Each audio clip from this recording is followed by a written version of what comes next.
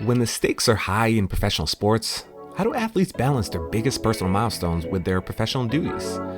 Four-time NBA Defensive Player of the Year Rudy Gobert faced this problem during the 2024 NBA playoffs. In May of 2024, the Minnesota Timberwolves center welcomed his first child. This should have been a joyful occasion, but there was one minor complication.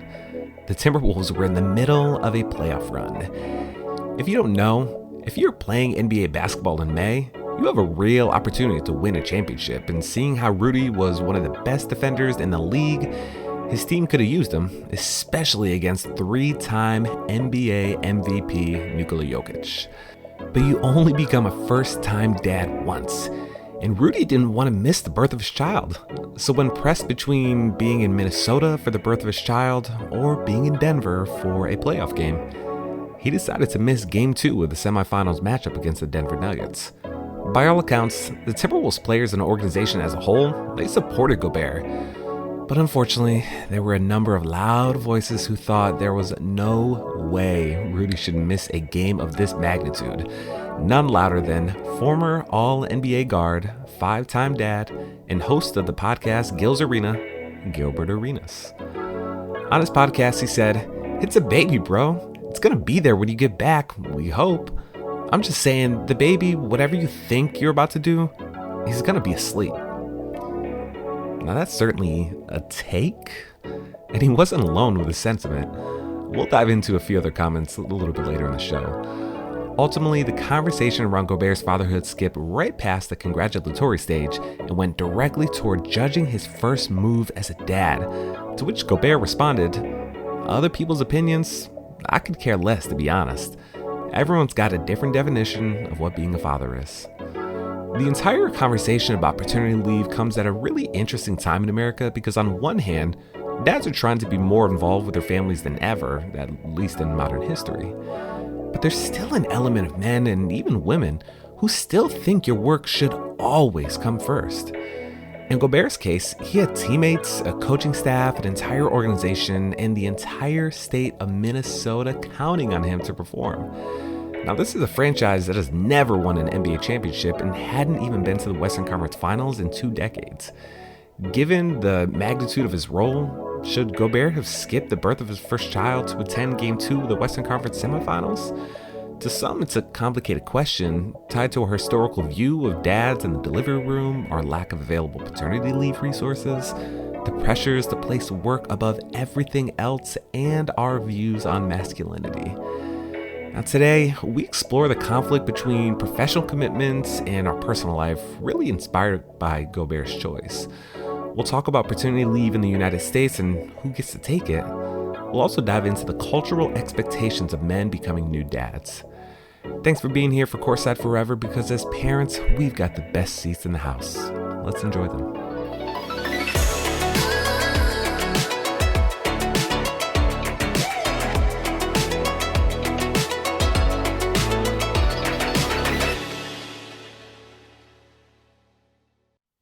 When I became a dad, I took 3 weeks of paternity leave. That's it. What I actually meant to say, I took 3 weeks of sick leave. I maxed it out because my company, a multi-billion-dollar organization, didn't have paid paternity leave available for me. Now, I could have taken a week unpaid and then worked with the state of California to get about 60% paid through the states and then made up the other 40% with my accrued leave. But everything was so confusing, and the best part of all that is that I actually worked in the HR department. Ultimately, I'm glad I took those 3 weeks off because simply being there for those 21 days felt huge. Not to mention, we actually binge-watched Suits the entire time, and I think I saw every single event in the 2016 Olympics. When my second daughter was born, I was at another company, and this time I did have paid paternity leave. And this time I took 6 weeks off, fully paid by the company. The process was so much easier, and while the first time around I felt I had colleagues that supported me, the second time around I felt like I had a company that actually supported me. It was a huge shift. Now, some places offer paid family leave, while there are many companies who don't. And in my case, I was lucky enough to get that 6 weeks with my second daughter, although that's certainly not the case for all people. I'll never forget, we had this janitorial staff who was contracted to work on our site. Now, the distinction is key because these employees were not eligible for paternity leave as their company didn't have it. I say all this because one day in the cafeteria, I saw the staff getting set up with balloons in the cafeteria, and I quickly found out that they were actually hosting a baby shower for an employee who had given birth to her baby 5 days earlier and was already back at work. Now, this employee and Rudy Gobert are completely on different spectrums of the scenario. I know this. Now, professional athletes face a ton of pressure to prioritize their careers, and especially in critical moments like the playoffs.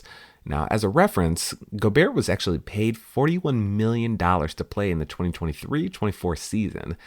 So, as you can imagine, Gobert's decision to attend his child's birth over a playoff game certainly challenges traditional expectations. Not to mention, it's tough to have a conversation like this without at least acknowledging his salary. Regardless of what you may think, while talking about his experience, Gobert said, "This is one thing I decided I was never going to miss in my life. I love this game. I dedicated my whole life to this game. But this is one thing that is above that. And that's being there for the birth of my child. I think everyone in this locker room understands that." While Gobert made the decision that was best for him and his first family, not everybody was on board with his choice to miss a playoff game. I already mentioned what Gilbert Arenas had to say, but there was another NBA podcaster who took an issue with Gobert choosing his family over a game. Golden State Warriors' Draymond Green said, "I just felt like I'm a father of 4. I love my kids and I love my wife, but she's going to have to hold off for me just for a few more hours for that playoff game." Besides the fact that women can't just hold off on having a baby, I feel like it's important to note here that earlier in that specific season, Draymond Green was actually suspended for 5 games for choking Rudy Gobert 1 minute into a game between their two teams. I just had to point that out. Today, about 66% of men take paternity leave, leaving just north of 30% of men who don't. This is actually a step in the right direction, as only 7.5% of men took paternity leave in 1975. While 2/3 of all dads take paternity leave, let's put the confetti away because the average amount of time that men take for their leave is only 1 week. That is it. Imagine watching the first episode of NBC's The Voice on a Monday night and being back to work before episode 2 even airs. That's not right. Paternity leave is not a vacation, and anyone who says it is either lying or having their partner do all the work for them. Paternity leave is about getting to know your baby in the first moments of their life. You are setting up a foundation from your voice to your care. They're not going to remember you being there, but they will remember the love and the feeling of security around you. It's also about setting your family up for success and making sure that your partner has the physical and emotional support to keep going throughout the season. Now, the lens at which too many people view paternity leave is so small that there's only room to ask, well, if there's nothing I can do, what's even the point? But the point is that dads can do so much more than society gives us credit for, and quite frankly, we shouldn't need the credit in the first place in order to just do our jobs. Rudy Gobert made a choice that highlights a shift toward valuing his family over his professional life. Now again, the man has privileges that most don't have, which is why it would be easy for someone in his position to say, "Hey babe, go do your thing. I'll get there when I can." And not everyone is going to understand his decision, and that's okay. It's important for people, even multimillionaire athletes, to feel comfortable with their family decisions.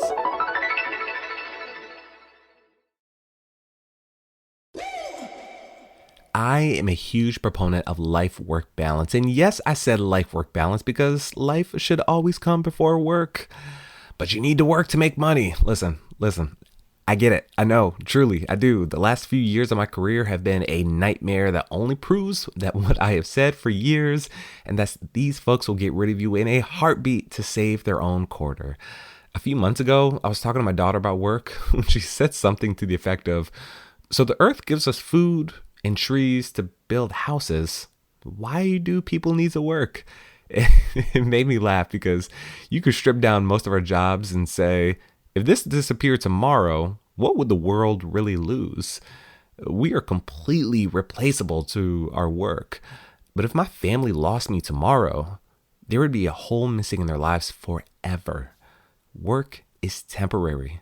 Family is forever. I mentioned what Gilbert Arenas said earlier, but it wasn't all he said. Gil mentioned that he had recently talked to Shawnee O'Neal, former wife of NBA great Shaquille O'Neal.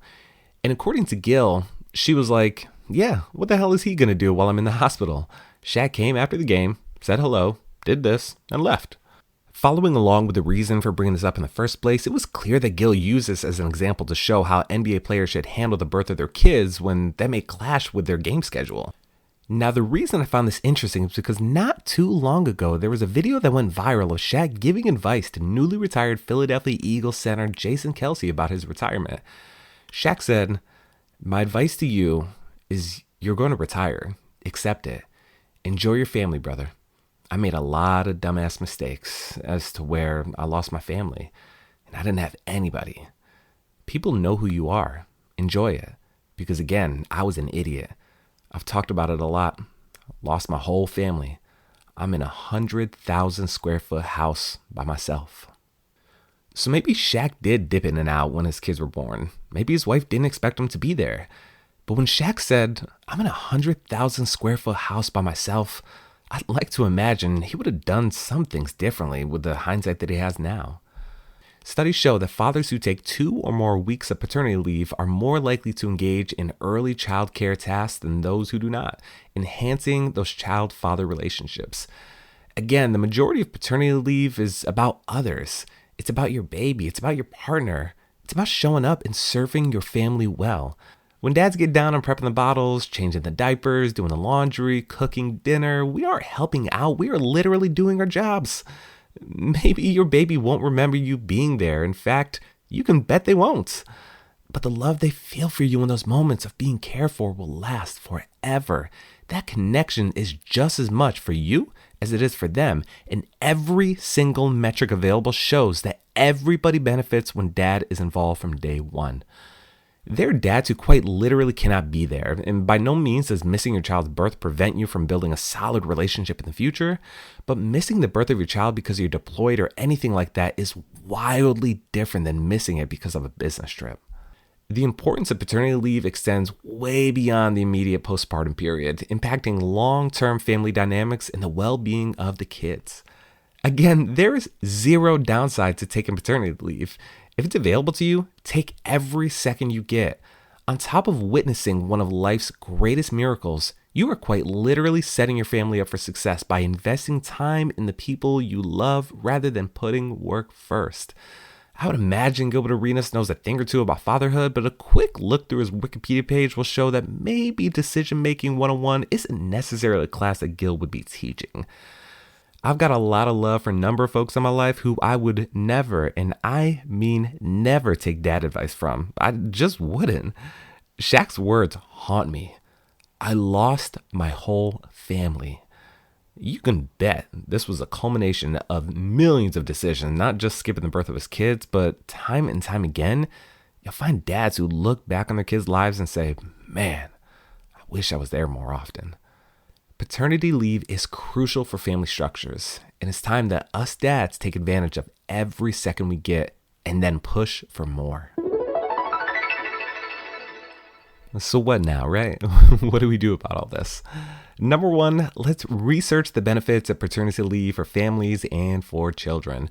Start by reading articles, read some research papers and studies on how paternity leave positively impacts child development, family dynamics, and the well-being of both parents. Now, if that's too technical, and listen, I get it, find a book, an audiobook, a podcast, a YouTube series, you name it, and learn more about it. There are so many free resources on the topic, and I would encourage you to take advantage of them all. Your presence in the early weeks can reduce maternal stress, improve father-child bonding, and help build equality at home where partners show up as team members rather than assuming specific gender roles. The benefits are endless when it comes to paternity leave, so lean all the way into it. Number two, connect with other dads who have taken paternity leave. Reach out to other dads who have taken leave and listen to their experiences. Ask them about the challenges they faced and how they advocated for their leave. Also, learn about the long-term impacts of their family life and for their careers. Hearing stories from your friends and from your families can provide helpful insights to show how meaningful this time can be. Not to mention, when the stories come from people you know rather than some random person online, the impact can really be huge. There's only so much that I can touch on within about 15 minutes, but a nice conversation with someone you know about their experience will more than likely show how impactful those first few weeks can be. Number 3, talk about paternity leave with your partner. Have an open conversation with them about what leave looks like and what you would like it to look like and how it can support your family. Sometimes people can have wildly different views on what paternity leave looks like. Some dads do see it as a vacation, and others view it as a way to insert themselves in areas where maybe they need to be a spectator, you know what I mean? And talking about the logistics, the emotional benefits, and shared responsibilities you'll have can front load those expectations and generally remove some of the guesswork that goes into paternity leave. Understanding your partner's needs and expectations will only help you see how taking this leave will support her and create a more balanced parenting experience. And number 4, advocate for paternity leave in the workplace. Men need to advocate for and utilize paternity leave benefits. Now, this is bigger than you or your time away from work. Quite literally, it's about the culture of fatherhood and the future of families. If leave isn't available at your company, I'd really encourage you to talk with policymakers and managers to find ways to support family-friendly policies. Not only is it the right thing to do, but over and over again, studies show that companies with friendlier cultures to working parents are far more desirable, and I'd bet every dollar in my pocket right now that they're also more profitable. Creating a culture shift starts with every one of us standing up for our family needs by advocating for paternity leave. Oh, before we wrap this up, you may be wondering, well, what happened during the game that Rudy Gobert missed? Well, his team did all right, beating the Denver Nuggets 106-80 before going on to win the series. Not bad. Thanks for being here for Courtside Forever, where our goal is to ensure that parents enjoy the best seats in the house. If you enjoyed this episode, share it with a friend or two, and feel free to reach out with any questions or comments. I'm your host, Ryan Rucker, and I appreciate you being here. Take care.